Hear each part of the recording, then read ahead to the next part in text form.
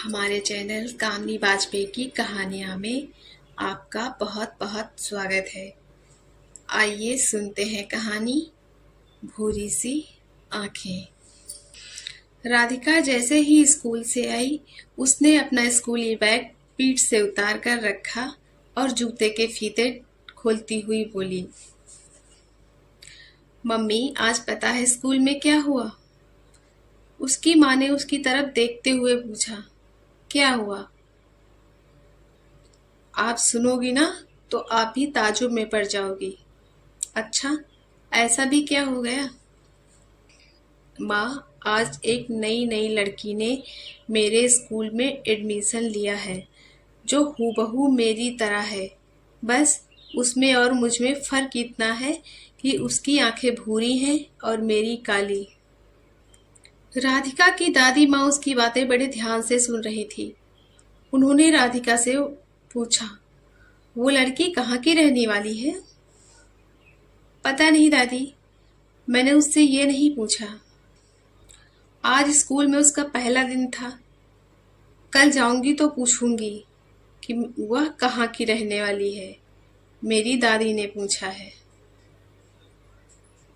और यह कहते कहते वह दादी की तरफ देखकर मुस्कुरा दी। नहीं रे, पूछने की कोई जरूरत नहीं है। मैंने तो यूं ही पूछ लिया था। मुझे पता है आपने यूं ही पूछा था, मगर मैं उससे पूछकर ही नहीं आऊंगी, बल्कि किसी दिन उसे यहाँ लेकर भी आऊंगी। देखना, आप लोग भी ताज्जुब में पड़ जाओगे। आपको पता है, आज मेरे पूरे स्कूल में बस यही चर्चा थी कि यह तो एक अचंभे वाली बात है। ऐसा तो फिल्मों में होता है। दो हमशक्ल होते हैं, जिन्हें पिक्चर के अंत तक दिखाया जाता है कि वो दोनों जुड़वा भाई है या बहन है। पर मेरी तो कोई जुड़वा बहन ही नहीं है।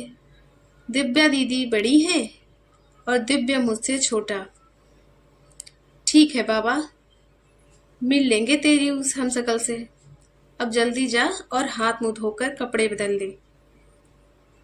राधिका कपड़े बदलने चली गई तो उसकी माँ ने दादी माँ से कहा, देखा माँ, कैसे आते ही बोलना शुरू कर देती है। चुप होने का तो नाम ही नहीं लेती।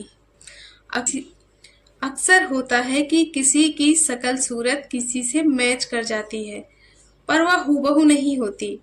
वह इससे मिलती जुलती होगी, जो इसे हूबहू लग रही है। राधिका की दादी माँ ने उसकी मम्मी की बातों का कोई जवाब नहीं दिया। राधिका की मम्मी को लगा कि राधिका की दादी माँ किसी गहरे सोच में डूबी हुई है। उन्होंने उनसे पूछा, क्या हुआ माँ, आप कुछ सोच रही हैं क्या? नहीं तो मैं क्या सोचूंगी। ये कहते हुए वो कमरे से बाहर चली गई। उनका यूं ऐसे जाना कुछ अजीब तो लगा, मगर वो फिर से अपने काम में व्यस्त हो गई। पूरा दिन उसके पास कोई ना कोई काम होता है। जब तक उसकी बेटी दिव्या थी, तब तक वह उनके हर काम में उनका सहयोग करती थी। उसे जैसे ही पढ़ाई से समय मिलता, वह किचन में उनकी पूरी मदद करती। पर पिछले साल इंटर पास करने के बाद वह आगे पढ़ाई करने के लिए अपने मामा जी के यहाँ चली गई। तब से घर का सारा काम उन्हें अकेले ही देखना होता है। राधिका, जा दादी माँ को बुला ला, आके खाना खा ले। राधिका दादी माँ को बुलाने गई, पर उन्होंने खाने से मना कर दिया। कहा कि उनकी तबीयत ठीक नहीं है, उनके सर में दर्द है, इसलिए वह आज खाना नहीं खाएंगी। यह सुनकर उसकी माँ उसकी दादी माँ के पास आई और उनसे पूछा, क्या हुआ माँ?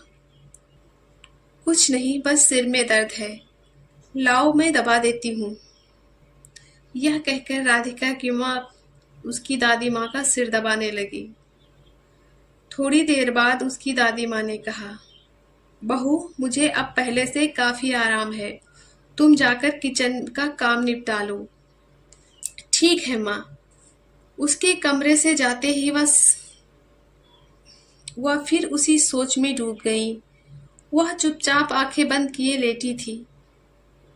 उन्हें यह पता ही नहीं चला कि वर्तमान की गलियों से निकलकर वह कब अतीत के गलियारों में भटकने लगी। बात 14 साल पहले की है। उनकी बहू बेला दूसरी बार मां बनने वाली थी। पहली संतान के रूप में उसके बेटी जन्मी थी। घर में उनकी खुद की 4 बेटियां पहले से ही कुमारी बैठी थीं। इस बात का सबको बड़ा मलाल था। सभी पलके बिछाए बैठे थे लड़के के इंतजार में, और आगमन लड़की का हो गया। बेला का पति सबसे बड़ा था और उससे छोटी उसकी 4 बहनें। सबका यही कहना था कि एक लड़का भी कोई लड़का है, लड़के तो 2 होने चाहिए। अगर एक परदेश चला जाए तो कम से कम एक तो पास हो, नहीं तो बुढ़ापे में 1 गिलास पानी भी कोई देने वाला नहीं होगा। बेटियों का क्या है, ये तो ब्याह कर ससुराल चली जाएंगी। बेटियां तो पराया धन होती हैं। बस दूसरा लड़का होने की चाहत ने उनके घर 4 बेटियों को आने का निमंत्रण दे दिया। बेटा इकलौता ही रहा। चलो कोई बात नहीं, बहू की पहली संतान बेटी हुई तो क्या हुआ, दूसरी बार भगवान उसे लड़का जरूर देंगे। यही सोचकर उन्होंने मन को समझा लिया था। पर बेला जब दूसरी बार मां बनने वाली थी तो उन्होंने मान मनौती में कोई कसर नहीं छोड़ी। एक जगह से बेला को लड़का होने की दवा भी दिलवा लाई।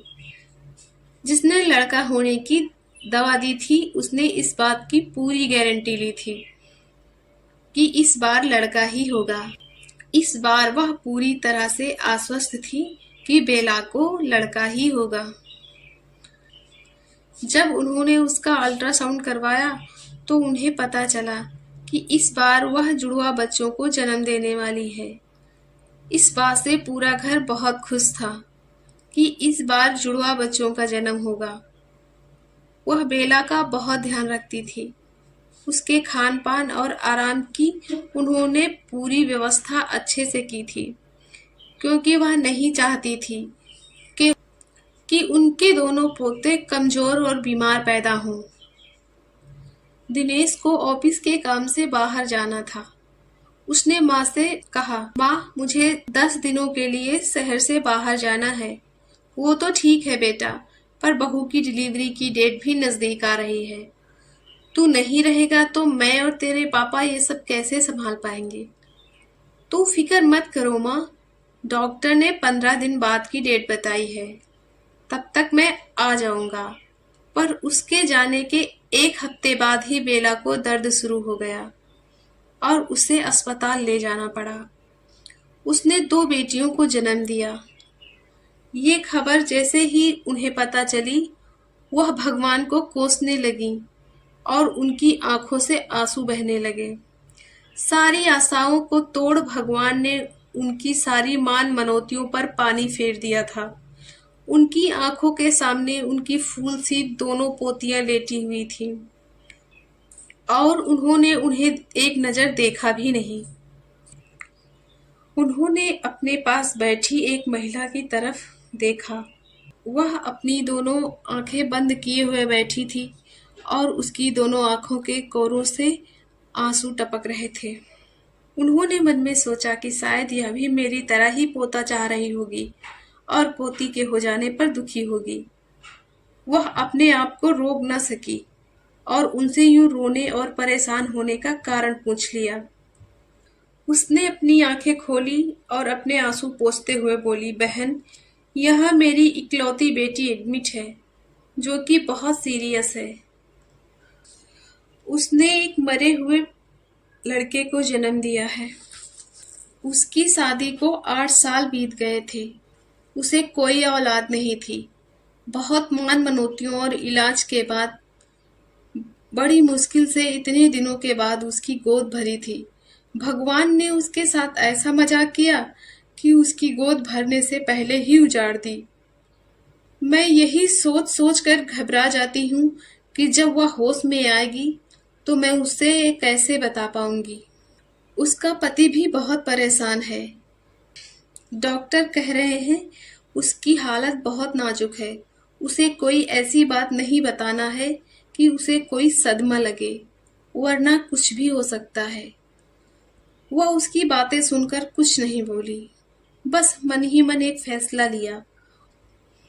उन्हें लगा कि शायद भगवान ने उन्हें जुड़वा पोतियां इसीलिए दी हैं कि वह इनकी बेटी की जान बचा सके। उन्होंने अपनी एक पोती को उठाया और फिर सीने से लगा लिया। उन्होंने उसके माथे को चूमा। अपने माथे पर चुम्बन का एहसास होते ही उस नन्ही सी परी ने अपनी आंखें खोलकर उन्हें देखा। बिल्कुल उनके बेटे पर गई थी उसकी आंखें, वैसी ही भूरी सी आंखें। उनकी आंखों से 2 आंसू टपके और उस नन्ही सी परी के ऊपर जा गिरे, जो पोती उनके सामने लेटी हुई थी, और उन्होंने उसे निहारा तक नहीं। उसे सदा के लिए अपने से दूर करने में वो अपने आप को असमर्थ पा रही थी। उन्हें लगा कि शायद उन्हें उनकी पोती का मोह उनके फैसले से डिगा देगा, पर अगले ही पल उन्हें उस औरत की बेटी का ख्याल आया और उनका चेहरा सख्त हो गया और उन्होंने अपनी पोती को उस अजनबी महिला की गोद में रख दिया। वह अजनबी महिला उनके पैरों में झुक गई। बाद में उन्होंने सबसे यही बताया कि बेला ने एक मरे हुए बेटे को जन्म दिया था। वह अभी यादों के समंदर में गोते लगा ही रही थी कि उनकी पोती राधिका और पोता दिव्यम आ गए। दादी, क्या हुआ आपको? मम्मी कह रही थी आपके सिर में दर्द है और आपने खाना भी नहीं खाया। जा दिव्यम, अलमारी से बाम की शीशी तो उठा ला, ऐसा सिर दबाऊंगी कि दर्द छूमंतर हो जाएगा।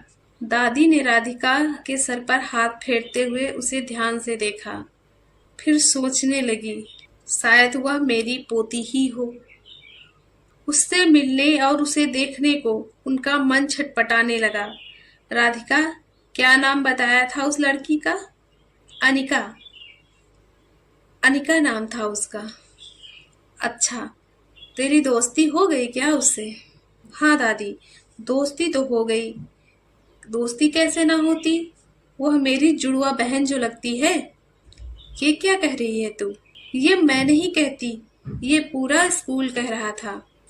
अच्छा, किसी दिन लेके आना अपनी उस जुड़वा बहन को, दादी ने हंसकर कहा। हमारी कहानी सुनने के लिए आपका बहुत बहुत धन्यवाद। हमारी कहानियाँ आपको कैसी लगती हैं, कमेंट करके ज़रूर बताएं। अगर आप हमारे चैनल पर नए हैं तो प्लीज़ लाइक करें, सब्सक्राइब करें और शेयर करें।